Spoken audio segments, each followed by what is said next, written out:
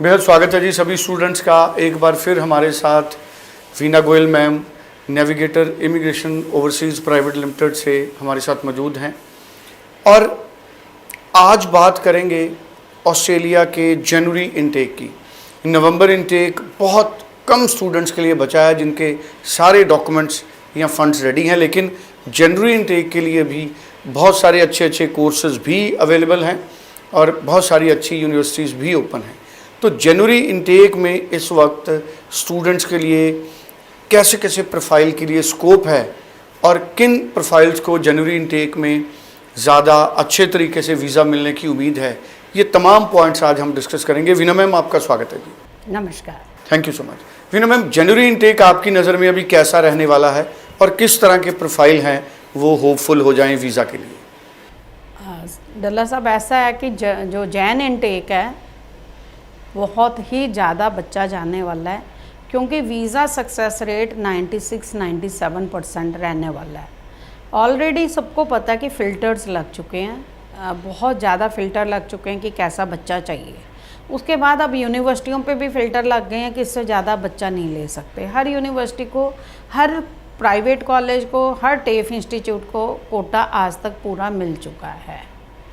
अब किसी यूनिवर्सिटी को 10,000 मिली हैं तो किसी को 9600 मिली है और किसी को 2500 भी मिली हैं। 23 में कितना स्टूडेंट गया है बेस्ड ऑन दैट डाटा। अब एक होम्स इंस्टीट्यूट है, उन्होंने ऑफशोर स्टूडेंट नहीं लिया, ऑनशोर ज़्यादा लिया, ऑस्ट्रेलिया का स्टूडेंट ज़्यादा लिया। लेवल 1 में रहने के लिए उनको उतनी सीटें नहीं मिली जितनी एक MIT को मिल गई, प्राइवेट इंस्टीट्यूट को 1000 से ऊपर मिली हैं उनको। तो ऐसे ही हर यूनिवर्सिटी का उस पर डिपेंड करता है कि हर यूनिवर्सिटी का कोटा फिक्स हो गया है और उस कोटा में अब यूनिवर्सिटी अपना जो है ख़राब नहीं करना चाहेगी कि बच्चा आया और भाग जाए। तो अब भागने वाला सिस्टम भी नहीं रहा, क्योंकि हर यूनिवर्सिटी के पास उतनी ही सीटें हैं जितनी वो अपने बच्चों को देंगी। तो अब बच्चे के पास कोई ऑप्शन नहीं है कि वो जाके चेंज कर ले या कुछ और कर ले। तो अब जो बच्चा यूनिवर्सिटी में जाएगा उसी यूनिवर्सिटी में पढ़ना पड़ेगा। तो बच्चा बहुत समझ के जाए कि मेरे को ये यूनिवर्सिटी में ये कोर्स पढ़ना है। दैट मीन्स उसको क्या करना चाहिए कि जिस कोर्स में इंटरेस्ट है वो ही कोर्स ले, जिससे कि उसका टाइम और पैसा ख़राब ना हो। लेकिन फ़िल्टर इतने लगे हों कि IELTS भी आपको प्रॉपर चाहिए, आपका बैंक बैलेंस भी प्रॉपर होना चाहिए, पेरेंट्स की इनकम भी अच्छी होनी चाहिए। मिनिमम 12 लाख के आसपास वो मांगते हैं।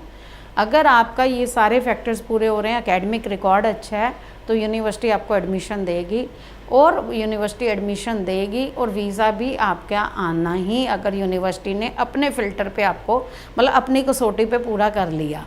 क्योंकि वीज़ा फ़ीस भी बढ़ चुकी है, लिविंग एक्सपेंसेस भी बढ़ चुके हैं जो एम्बेसी में दिखाने हैं।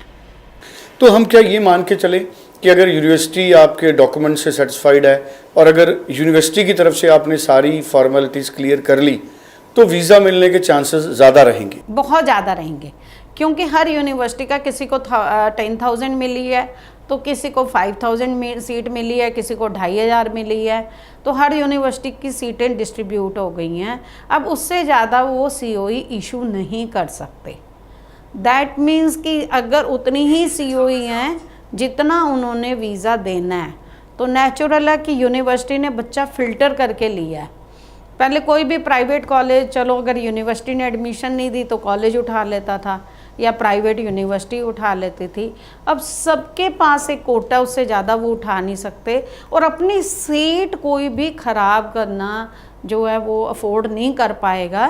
क्योंकि मान लीजिए किसी यूनिवर्सिटी ने अगर 10,000 सीटों की अपनी कैपेसिटी बनाई हुई है, गवर्नमेंट से अप्रूवल ली हुई है और उसको अगर 4,000 सीट मिली है 10,000 की जगह, तो 6,000 सीटों का तो ऑलरेडी उनका लॉस है। तो अब जो 4,000 बची हैं उन 4,000 से ही उनको अपने खर्चे निकालने हैं, क्योंकि ऑस्ट्रेलियन गवर्नमेंट यूनिवर्सिटी को फंडिंग नहीं करती है। यूनिवर्सिटीज़ को अपने रिसोर्सेज से ही फंडिंग करके और यूनिवर्सिटी चलानी है, इसीलिए वो इंटरनेशनल स्टूडेंट्स पे बहुत ज़्यादा जो डिपेंडेंट होते हैं।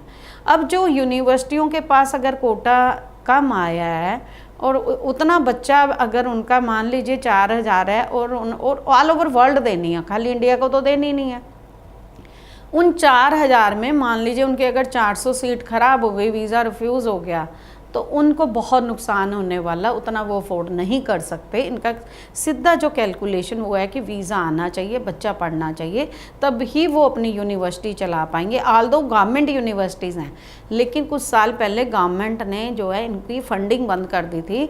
उन्होंने कहा था अपने रिसोर्सेज आप खुद क्रिएट करो और आप खुद यूनिवर्सिटी चलाओ।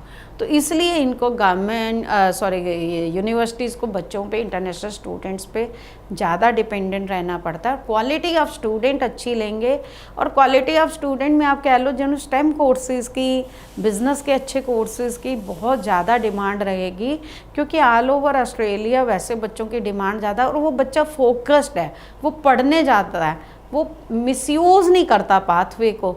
तो इसलिए जो है मेरे ख्याल जो अब अच्छे बच्चे हैं उनको ही वीज़ा मिलने वाला। जी चलिए, थैंक यू सो मच।